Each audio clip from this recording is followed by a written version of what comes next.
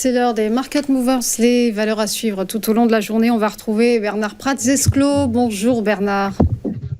Bonjour Roseline. Et bonjour, vous êtes auteur de L'investisseur stratège et trader également pour compte propre. On va faire une spéciale États-Unis et on commence par Palantir. Le titre de la société de cybersécurité et d'analyse de données a atteint un nouveau record grâce au projet d'IPO sur le Nasdaq. Et depuis janvier, Palantir s'est envolé de plus, tenez-vous bien, 275%. C'est exactement ça. Et là, c'est vrai que je vous ai mis donc un graphique qui doit faire rêver beaucoup d'investisseurs et beaucoup de traders. On a même une valeur qui vient de prendre plus de 50% en moins de 2 séances. Ça accélère tellement qu'on se demande jusqu'où la valeur va s'arrêter. Alors, bien évidemment, en bourse, sky is the limit. Il ne faut jamais vouloir raisonner le marché. Il ne faut jamais s'opposer au marché, bien évidemment. Mais après, on sait bien aussi que sur les marchés, il existe des phénomènes de bulles, il existe des phénomènes où les investisseurs sont pris dans une sorte d'euphorie.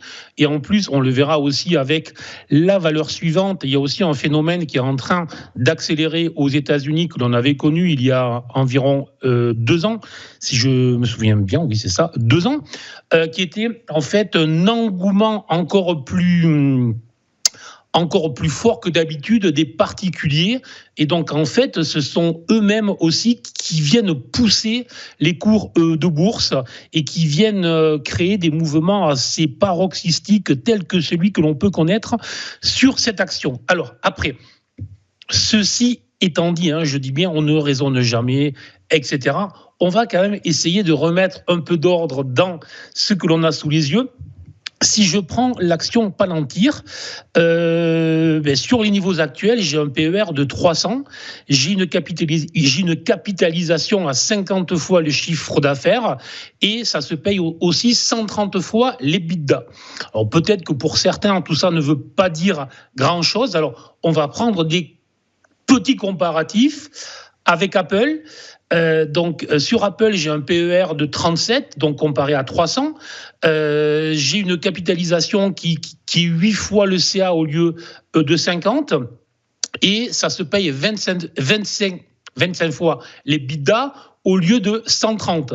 Et on va prendre une autre comparaison avec Nvidia. On ne peut pas dire que Nvidia n'ait pas secoué l'imaginaire de nos amis investisseurs depuis maintenant 24 mois. Nvidia, c'est un PER de 50, donc 6 fois moins que l'action que nous avons sous les yeux. Ça vaut 24 fois son chiffre d'affaires, donc c'est là aussi 5-6 fois moins que l'action que nous avons sous les yeux, et c'est 38 fois l'EBITDA contre 130. Bref, tout ça pour dire que peut-être, je le dis rarement, ici même, mais on est quand même dans une phase paroxystique totale.